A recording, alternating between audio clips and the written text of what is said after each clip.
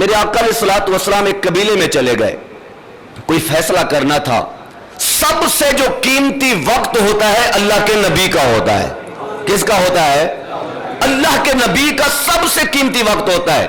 लेकिन मेरे आका सुलह कराने के लिए कबीले में मदीने से बाहर चले गए। कज़ा कबीला था। हम लोग क्या करते हैं, अगर कोई बुला ले ना सुलह के लिए, एक आदमी से बात सुनी, आंख बचा के दूसरे के घर चले गए, वो आ रहा है उसको मुंह ना लगाना, दरवाजा बंद करो चले जाओ। हमारी कोशिश होती है हम चुगली करते हैं, हम लड़ाते हैं।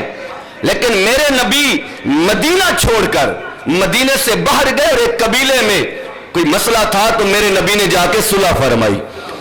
उसी वक्त दो शख्स हुजूर की बारगाह में हाजिर हुए, अर्ज की, हुजूर हम आप पर ईमान लाना चाहते हैं, कलमा पढ़ना चाहते हैं। तो मेरे नबी ने कलमा पढ़ा दिया।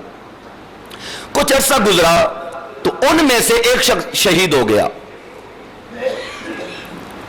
और 1 साल के बाद दूसरा बंदा भी फौत हो गया जिन्होंने कलमा पढ़ा था।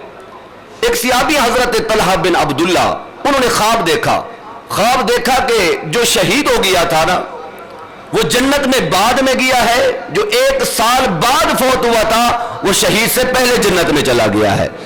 अब उनको समझ ना आई तो रसूल अकरम नबी मुहतशम रहमत कुल जहां सल्लल्लाहु ताला अलैहि वसल्लम की बारगाह में हजरत तलहा हाजिर हुए। हुजूर मैंने ऐसा ख्वाब देखा है, जो शहीद था वो तो बाद में है, वो पीछे पीछे है, लेकिन जो बाद में फौत हुआ है वो जन्नत में पहले चला गया है। तो मेरे आका अलैहिस्सलातु वस्सलाम ने इरशाद फरमाया, वो जो शहीद हो गया था वो पहले चला गया, और जो बाद में साल बाद फौत हुआ है उसने साल के रोजे भी तो रखे हैं। उसकी जिंदगी में एक रमजान आ गया था और शहीद ने वो रोजे नहीं रखे थे, उसका अमल बढ़ गया है। और फरमाया किनायतन, उसकी 6 लाख रकातें भी तो ज्यादा हैं। किनायतन फरमाया उसकी रकातें भी तो ज्यादा हैं, उसके अमल भी तो अच्छे हैं, अमल ज्यादा हैं। जितना अमल ज्यादा होते हैं, जितना अच्छे होते हैं, उतना जल्दी बंदा जन्नत में चला जाता है।